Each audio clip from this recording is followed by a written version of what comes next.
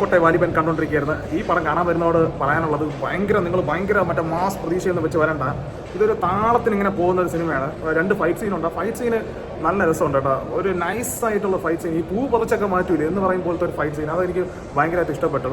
പിന്നെ ഇതിൽ ഏറ്റവും എനിക്കൊരു നെഗറ്റീവായിട്ട് തോന്നിയെന്ന് വെച്ചാൽ ഇതിലെ ഡയലോഗുകളൊക്കെ ലാലേട്ടൻ പറയുന്നത് ഒഴിച്ച് ബാക്കി ഉള്ളവർ പറയുന്നതെല്ലാം ഭയങ്കര ഡ്രാമാറ്റിക് ഫീൽ തോന്നുന്നുണ്ട്. ചില സ്ഥലങ്ങളിലൊക്കെ ഞാൻ വിചാരിച്ചിരുന്ന നാടകം വല്ലതും കാണാൻ വേണ്ടി വന്നതാണോ എന്നൊക്കെ തോന്നും. അതിലൊരു മനോജ് എന്ന് പറഞ്ഞിട്ടൊരു പയ്യൻ വരുന്നുണ്ട്, ലാലേൻ്റെ കൂടെ നടക്കുന്ന ഈ ഡ്രംസ് പോലത്തെ സാധനം കൊട്ടിക്കൊണ്ടിരിക്കുന്നത്. പുള്ളിയുടെ ഒരു ഫിസിക്കൽ പെർഫോമൻസ് ഒക്കെ കിട്ടിലാണ്. പക്ഷേ ഡയലോഗ് കുറച്ച് നാടക സീനിങ് നമുക്ക് ശരിക്കും സ്ഥലത്ത് തോന്നും, ഭയങ്കരമായിട്ട് ഒരു എഴഞ്ഞെഴഞ്ഞ് പോകുമ്പോൾ തോന്നും. പക്ഷേ ഒരിടത്ത് നമുക്ക് ഒരു മടുപ്പ് തോന്നത്തില്ല, നമ്മൾ നല്ല രസമായിട്ട് കണ്ടുകൊണ്ടിരിക്കുക. അതാണ് സിനിമയുടെ ഹൈലൈറ്റ് എന്ന് പറയുന്നത്. ഒരു താളത്തിന് നമുക്കിങ്ങനെ കണ്ടുകൊണ്ടിരിക്കാം.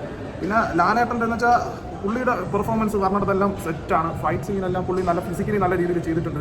ഞാൻ പറഞ്ഞത് ഒരു പൂ പറിക്കും പോലെയാണ് പല സ്ഥലങ്ങളിൽ ഫൈറ്റ് സീനൊക്കെ വരുന്നത്, അതൊക്കെ നന്നായിട്ടുണ്ട്. പിന്നെ ഒരുപാട് നല്ല കിടിലം ഷോർട്സും കാര്യങ്ങളൊക്കെ ഉണ്ട്.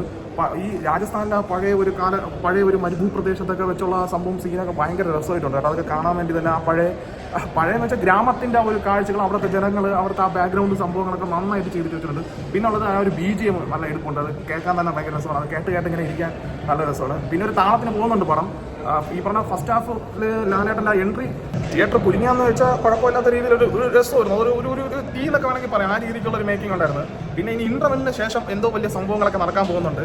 ആ ഒരു തീപ്പൊരി ഇട്ടിട്ടാണ് ഇൻ്റർവെല്ല് നിർത്തുന്നത്. ആ ഒരു ഇൻ്റർവെൽ പഞ്ചൊക്കെ എനിക്ക് ഭയങ്കരമായിട്ട് ഇഷ്ടപ്പെട്ടു. ആ ഒരു പഞ്ച് നമുക്ക് ഇൻ്റർവെല്ലിന് തൊട്ട് മുമ്പുള്ള ഒരു പഞ്ച് നന്നായിട്ട് ഫീൽ ചെയ്തിട്ടുണ്ട്. അപ്പോൾ എന്തായാലും ഇങ്ങനെ നാടോടികളൊപ്പം ഇങ്ങനെ സഞ്ചരിച്ചുകൊണ്ടിരിക്കുന്നു, അതിനനുസരിച്ച് ഇങ്ങനെ കണ്ടുകൊണ്ടിരിക്കുന്നു. ഇൻ്റർവെല്ലും കൂടെ കഴിഞ്ഞ കുറച്ചും കൂടെ ഡീറ്റെയിൽ ആയിട്ട് വീഡിയോ ചെയ്യാം. അപ്പം നിങ്ങൾ കാണുക.